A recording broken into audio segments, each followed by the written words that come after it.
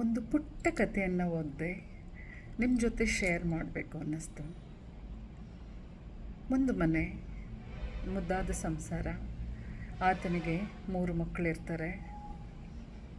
ಒಂದು ದಿನ ರಾತ್ರಿ ಮಹಾಲಕ್ಷ್ಮಿನ ಪೂಜೆ ಮಾಡ್ತಿರ್ತಾರೆ ಅವರು. ಮನೆಯ ಯಜಮಾನನನ್ನು ಕರೆದು ಹೇಳ್ತಾಳೆ, ನಾನು ಇನ್ನು ನಿಮ್ಮ ಮನೆಯಲ್ಲಿರೋದಿಲ್ಲ, ಹೊರಡ್ತಾ ಇದ್ದೀನಿ. ನಿನಗೇನು ವರ ಬೇಕು ಕೇಳು, ಕೊಟ್ಬಿಟ್ಟು ನಾನು ಹೋಗ್ತೀನಿ ನಿಮ್ಮ ಮನೆಯಿಂದ ಅಂತ.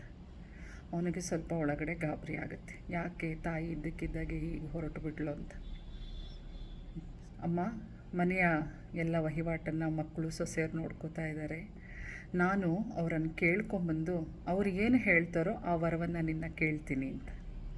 ಸರಿ, ರಾತ್ರಿ ಎಲ್ಲ ಕೇಳು, ಬೆಳಗ್ಗೆ ನನಗೆ ಹೇಳು, ನಾನು ಆ ವರವನ್ನು ನಿನಗೆ ಕೊಟ್ಟು ಹೋಗ್ತೀನಿ ಅಂತ ಮಹಾಲಕ್ಷ್ಮಿ ಹೇಳ್ತಾಳೆ. ಅವ್ರು ಬರ್ತಾರೆ, ಮಕ್ಕಳನ್ನು ಸೊಸೆಯರನ್ನ ಕರೀತಾರೆ. ದೊಡ್ಡ ಮಗ ಹೇಳ್ತಾನೆ, ಬೇಜಾನ್ ದುಡ್ಡು ಕೇಳೋಣ, ಸಿಕ್ಕಾಪಟ್ಟೆ ದುಡ್ಡು, 3-4 ತಲೆಮಾರು ತಿಂದರೂ ಮುಗಿಯದಂತಹ ಒಂದು ವರವನ್ನು ಕೇಳೋಣ, ತುಂಬ ಸುಖವಾಗಿರ್ಬೋದು.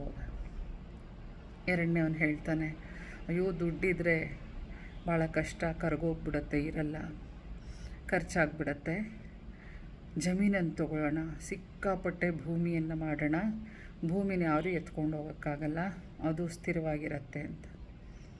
ಮೂರನೇವನ್ನ ಕೇಳ್ತಾನೆ ಮಗನ ತಂದೆ.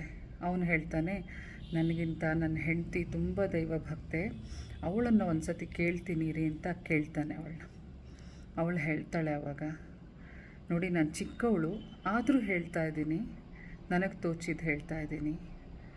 ಮಹಾಲಕ್ಷ್ಮಿನೇ ಹೋದ ಮೇಲೆ ಎಷ್ಟು ಆಸ್ತಿ, ಎಷ್ಟು ಭೂಮಿ, ಏನು ತಾನೇ ನಮ್ಮ ಜೊತೆಯಲ್ಲಿರುತ್ತೆ.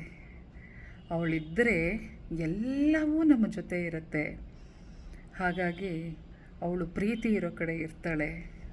ನಾವು ಹೇಗೆ ಇವಾಗ ಆತ್ಮೀಯವಾಗಿ ಪ್ರೀತಿಯಿಂದ ಇದ್ದೀವೋ ಅದೇ ರೀತಿ ಮುಂದೆ ಕೂಡ ಇರೋ ಥರ ಆಶೀರ್ವಾದ ಮಾಡು ತಾಯಿ ಅಂತ ಅವಳನ್ನು ಕೇಳ್ಕೊಳ್ಳೋಣ ಅಂತ ಹೇಳ್ತಾಳೆ. ಸರಿ, ಎಲ್ಲರಿಗೂ ಅದು ಇಡಿಸತ್ತೆ. ಆಯಿತು, ಸಾಕಷ್ಟು ನಮಗೆ ದೇವರು ಕೊಟ್ಟಿದ್ದಾಳೆ, ಹಾಗಾಗಿ ಇದನ್ನು ಕೇಳೋಣ, ಅವಳಿದ್ದರೆ ಸಾಕು ನಮಗೆ ಅಂತ. ಮಾರನೆಗೆ ಹೋಗ್ತಾನೆ. ಮಹಾಲಕ್ಷ್ಮಿ ಕೇಳ್ತಾಳೆ, ಏನು ಬೇಕು?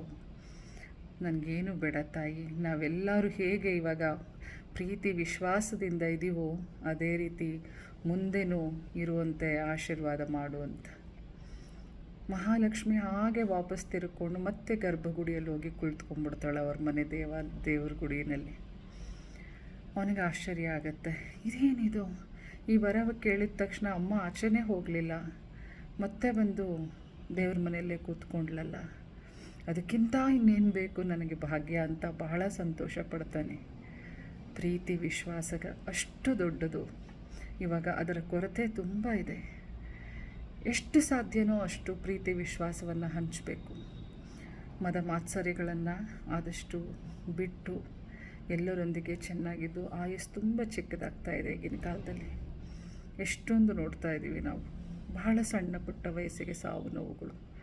ಇರೋವರೆಗೂ ಬಹಳಷ್ಟು ಪ್ರೀತಿಯನ್ನು ಎಲ್ಲರಿಗೂ ಹೋಗಬೇಕು. ಅದೊಂದೇ ಮಹಾಲಕ್ಷ್ಮಿಯನ್ನು ಕೂಡ ಉಳಿಸಿಕೊಳ್ಳುವಂತಹ ಒಂದು ಮಾರ್ಗ. ಈ ಕತೆ ನನಗೂ ತುಂಬ ಇಷ್ಟ ಆಯಿತು, ನಿಮಗೂ ತುಂಬ ಇಷ್ಟ ಆಗ್ಬೋದು ಅಂತ ಶೇರ್ ಮಾಡಿದೆ. ಧನ್ಯವಾದ. ವರಮಹಾಲಕ್ಷ್ಮಿ ಎಲ್ಲರಿಗೂ ಒಳ್ಳೇದು ಮಾಡಲಿ.